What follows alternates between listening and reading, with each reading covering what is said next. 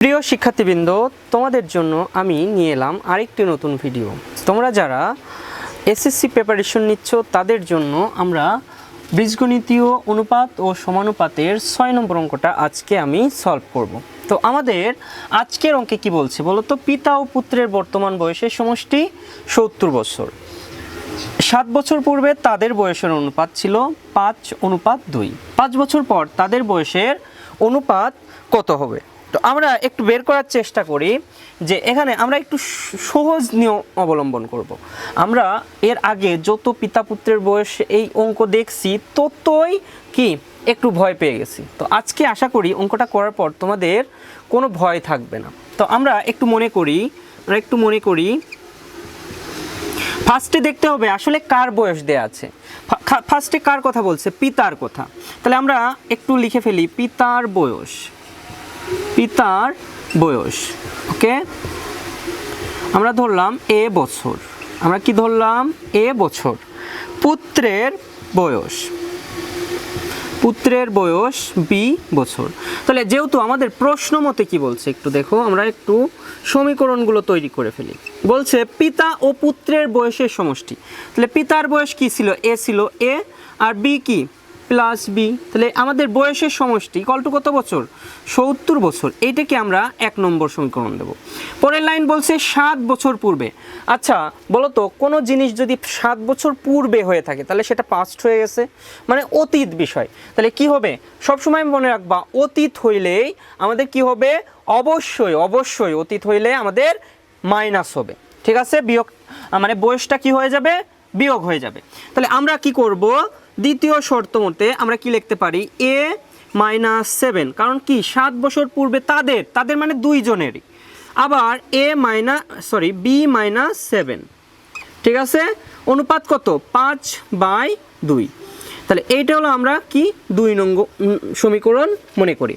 এখন আমরা একটু সমীকরণ 1 হতে পাই লিখতে পারি। সমীকরণ 1 হতে পাই আমরা যে কোনো একটার মান বের করে নিই। তাহলে a + b = 70 দেওয়া আছে। তাহলে আমি যদি এটাকে এই পাশে রেখে বিটাকে ওই পাশে নিয়ে যাই তাহলে কি হবে? 70 - b। ঠিক আছে, তাহলে এটাকে আমরা কত নম্বর সমীকরণ দিলাম? আমরা 2 নম্বর সমীকরণ দিলাম। এখন কি করব বলো তো, আমরা 2 নং সমীকরণে a এর মান বসাই দিব। আমরা কি লিখব? 2 নং সমীকরণে a এর মান বসিয়ে পাই।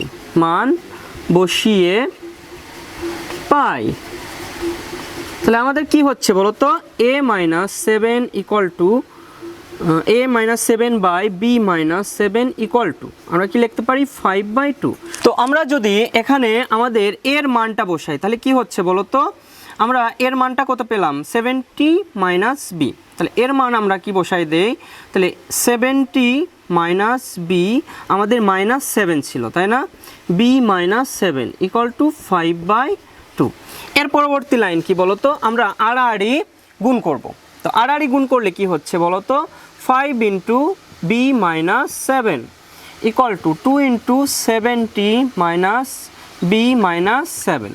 ওকে, তাহলে আমরা এখানে কি করতে পারি? 5 এর সাথে b গুণ করলে 5b - 5 × 7 = এখন আমরা এখান থেকে 70 থেকে 7 চলে গেল, তাহলে আমাদের কত থাকে বলো তো? 70 - 7 তাহলে কত? 63। তাহলে 2 × 63 - b। ওকে, তারপর 5b - 35 = আমরা কি লিখতে পারি বলো তো? 2 সাথে আবার 63 এর গুণ, তাহলে গুণ 2 কত হচ্ছে? 126। আবার 2 সাথে b এর গুণ -2b। ওকে, এখন আমরা 5b আমরা এখানে 2bটাকে এই পাশে নিয়ে চলে আসি, তাহলে 2b এই পাশে চলে আসলে প্লাস হয়ে যায় = 126। আবার 35কে এই পাশে নিয়ে গেলে প্লাস হয়ে যায়, তাই না? তাহলে 126 যোগ আমরা যদি 35 করি তাহলে কত হচ্ছে? এখানে কি 5 আর 2 কত? 7b = এখানে কি 161। ঠিক আছে, এখন b সমান আমরা কি লিখতে পারি? 161/7। তাহলে ভাগ 7 করলে আমরা কত পাচ্ছি? 23 পাচ্ছি। তাহলে b = আমরা 23 পেয়ে গেলাম। কিন্তু আমরা b = কত পাচ্ছি বলো তো? 23। এখন আমরা 3 নং সমীকরণ, আমাদের 70 মাইনাস বি, এটা কিন্তু 3 নং সমীকরণ ছিল। তো আমরা এই 3 নং সমীকরণে আমরা মান বসাই দিব। ঠিক আছে, তো চলো আমরা 3 নং সমীকরণে মান বসিয়ে পাই, লিখে ফেলি। ঠিক আছে, তাহলে আমরা 3 নং সমীকরণে মান বসিয়ে পাই 3 নং এ বি এর মান বসিয়ে পাই।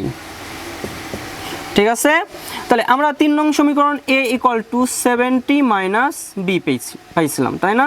তাহলে equal to a equal to 70 minus b এর মান কত? 23। তাহলে এর মান কত পাচ্ছি বলো তো?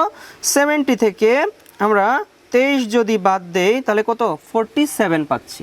তাহলে আমরা কিন্তু এ আর বি এর মান পেয়ে গেলাম, মানে পিতার বয়স 47 বছর আর পুত্রের বয়স 23 বছর। তাহলে বলছে 5 বছর পর তাদের বয়সের অনুপাত কত হবে? তাহলে আমরা একটু যোগ করি। 5 বছর পর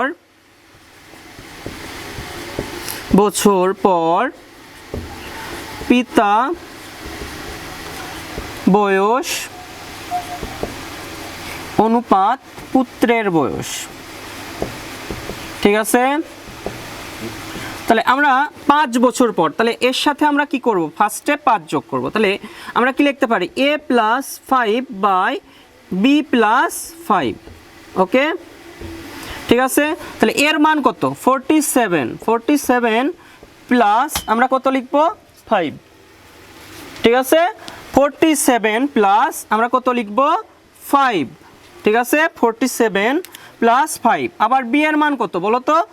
23 প্লাস 5। তো আমরা এখানে কি করব? 47-এর সাথে যদি 5 যোগ করি তাহলে আমাদের উপরে হচ্ছে 52, আর 23-এর সাথে 5 যোগ করলে আমাদের কত হচ্ছে বলো তো? 28, তাই না? এখন আমরা যদি 4 দিয়ে কাটাকাটি করি, 4 13 52, তাই না? তাহলে আমরা এখানে উপরে কত পাচ্ছি? 13, আর 4 7 28, তাহলে কত পাচ্ছি? 7। তাহলে আমাদের বলছে তাদের বয়সের অনুপাত, তাহলে আমরা লিখতে পারি 13:7, মানে পিতার অনুপাত আর পুত্রের অনুপাত 13:7। তো আশা করি এই অঙ্কটা তোমরা ভালো করে বুঝতে পারছো। এটাই কিন্তু আমাদের 6 নম্বর অঙ্কের অ্যান্সার। কাট করে